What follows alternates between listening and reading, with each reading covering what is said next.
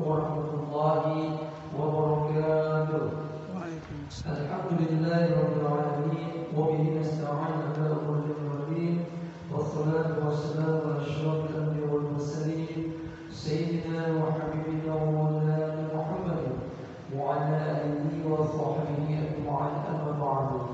Bersyukur senantiasa kepada Allah Subhanahu wa taala tentunya sebagai macam karunia dan nikmatnya, terutama nikmat iman, nikmat Islam, nikmat sehat walafiat dan nikmat panjang umur. Dengan kesempatan sehingga pada pagi hari ini kita masih menunaikan kewajiban kita yaitu sholat subuh secara berjamaah dan kita melanjutkan dengan kajian.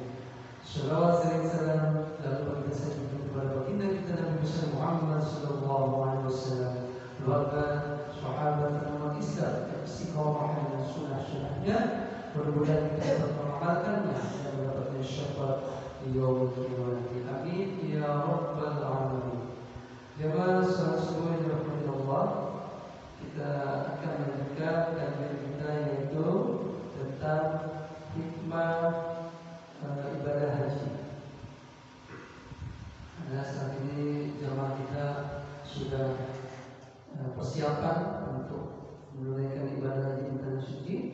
Di antara impian setiap pribadi muslim adalah mampu melaksanakan ibadah haji, ibadah yang Allah wajibkan hanya kepada mereka yang telah memiliki kemampuan.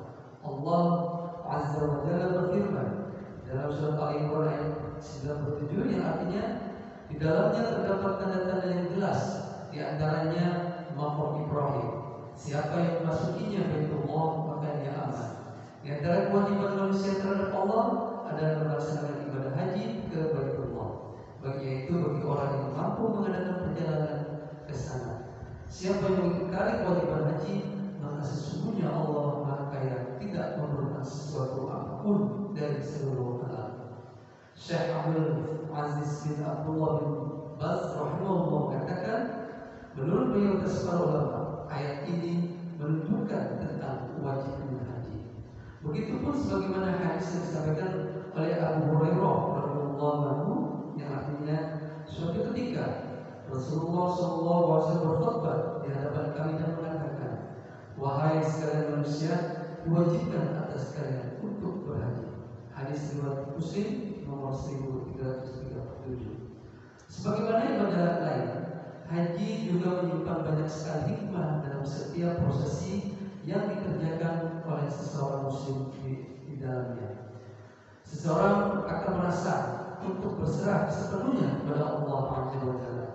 Ketika seseorang memutuskan untuk meninggalkan keluarga, harta benda dan ia cintai untuk menunaikan ibadah haji yang notabene merupakan ibadah yang tidak ringan baik fisik maupun harta, akan tumbuh di dalam hatinya perasaan perserahannya kepada Allah Azza wa Jalla. Dan hal ini akan semakin mendidik hatinya untuk menyempurnakan peribadahan hanya untuk Allah SWT. Yang kedua, mempererat hubungan sesama muslim. Perjumpaan dengan kaum muslimin lain dari seluruh penjuru dunia dengan latar belakang yang berbeda-beda akan semakin melatih kepekaan dan ikatan persaudaraan antar mereka. Dan inilah yang disebutkan oleh Nabi Muhammad SAW di dalam hadisnya, al-mu'min ikhwan mu'min. Seorang mukmin itu saudara bagi mukminnya. Hadis riwayat Muslim. Sebagaimana saudara yang tidak ingin melihat dirinya mendapati hal yang tidak disukai, maka seperti itulah ketika menjalankan proses ibadah haji, seseorang akan dilatih untuk bermuamalah dengan lebih baik kepada muslim yang lain. Nabi Muhammad SAW bersabda dalam hadis riwayat Bukhari, tidaklah sempurna keimanan seorang hamba sampai dia mencintai untuk saudaranya apa-apa yang dia cintai untuk dirinya sendiri. Selanjutnya yang ketiga, seluruh amalan ibadah haji adalah tauhid. Hal ini dikemukakan oleh Syekh Abdul Aziz bin Abdullah bin Baz rahimahullah, mana yang artinya seluruh amalan ibadah haji adalah bentuk pengesahan kepada Allah Azza wa Jalla, istiqomah di atas agamanya dan bentuk patuh terhadap perintah Rasulullah SAW. Di antara hikmah yang paling agung adalah pengesahan ibadah hanya kepada Allah dan mengikuti sunnah Rasulullah SAW yang telah menjelaskan tentang ibadah haji dan lainnya. Talbiyah yang diucapkan pertama kali oleh orang yang berhaji atau umroh memiliki maksud mengesahkan Allah dan mengakui bahwa tiada sekutu baginya. Begitupun ketika tawaf, seseorang sibuk dengan zikir mengagungkan Allah. Begitupun juga dengan sa'i, yang seseorang tidaklah mempersembahkan sa'inya kecuali untuk Allah saja. Pun dengan memangkas rambut, menyembelih hewan, zikir-zikir yang dibaca ketika di Arafah, Musdalifah dan Mina, semua memiliki kandungan yang sama, yakni tauhid. Wajib bagi yang tengah menjalankan ibadah haji untuk mengesahkan Allah SWT, saling menolong di dalamnya dan saling menasihati kebaikan. Majmu' Fatawa Ibnu Abbas. Selanjutnya, seluruh proses haji adalah zikir. Allah Azza wa Jalla berfirman dalam surat Al-Hajj ayat 28 yang artinya mereka berdatangan supaya menyaksikan berbagai manfaat untuk mereka dan menyebut nama Allah pada beberapa hari yang telah ditentukan atas rezeki yang telah dianugerahkannya kepada mereka berupa binatang ternak.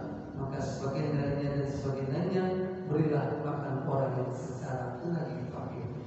Bahkan zikir merupakan salah satu esensi ibadah haji sebagaimana dikemukakan oleh Ibnu Qayyim al-Jauziyah rahimahullah. Bahkan zikir merupakan esensi ibadah haji sebagaimana disebutkan oleh Nabi Muhammad SAW bahwa tawaf, sa'i dan melempar jumrah adalah dalam rangka menegakkan zikir kepada Allah. Meski hadis di atas lemah, akan tetapi esensi dari setiap proses ibadah haji adalah zikir kepada Allah.